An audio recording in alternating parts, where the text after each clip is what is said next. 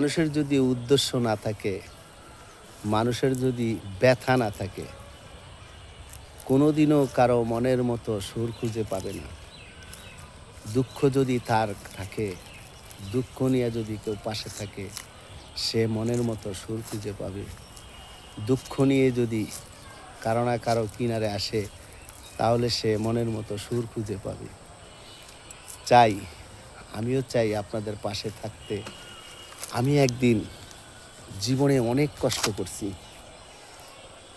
আমি একদিন জীবনে বহুত কষ্ট করছি।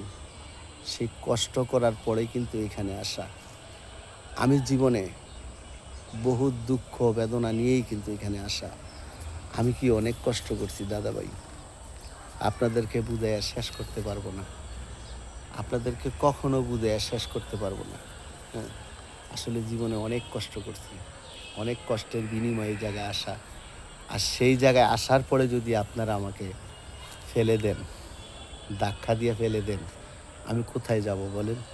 যাওয়ার কি জায়গা আছে? কোথায় যাব বলেন? যাওয়ার জায়গা আছে? কোথাও যাওয়ার জায়গা নেই। আমি চাই আপনাদের মধ্যে হয়ে থাকতে।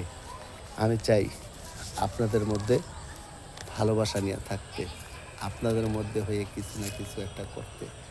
কেউ কখনো অবহেলিত করে আমাকে ফেলে দিবে না। কেউ কখনো অবহেলিত করে আমাকে তুচ্ছ ভাবো না। আমি তো আপনাদের মতোই একজন। দুঃখ যদি না থাকে, জীবনটা যাতে শূন্য হয়ে যায়। দুঃখ যদি না থাকে, জীবনটা একদম ব্যথা হয়ে দাঁড়ায়। দুঃখ যদি না থাকে, জীবন একদিন সুখী হয় না। একদিন না একদিন ওই কষ্ট থেকে যায়।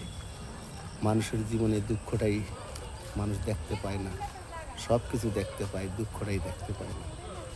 সুখ কী জিনিস সেটাও বুঝে। অর্থ সম্পদ, টাকা পয়সা, সুন্দর একটা বাড়ি, নারী সব কিছু থাকলে কিন্তু মানুষ সুখী বলে। মনের সুখ কেউ বুঝে না, কখনো বুঝতেও চায় না, বুঝবেও না।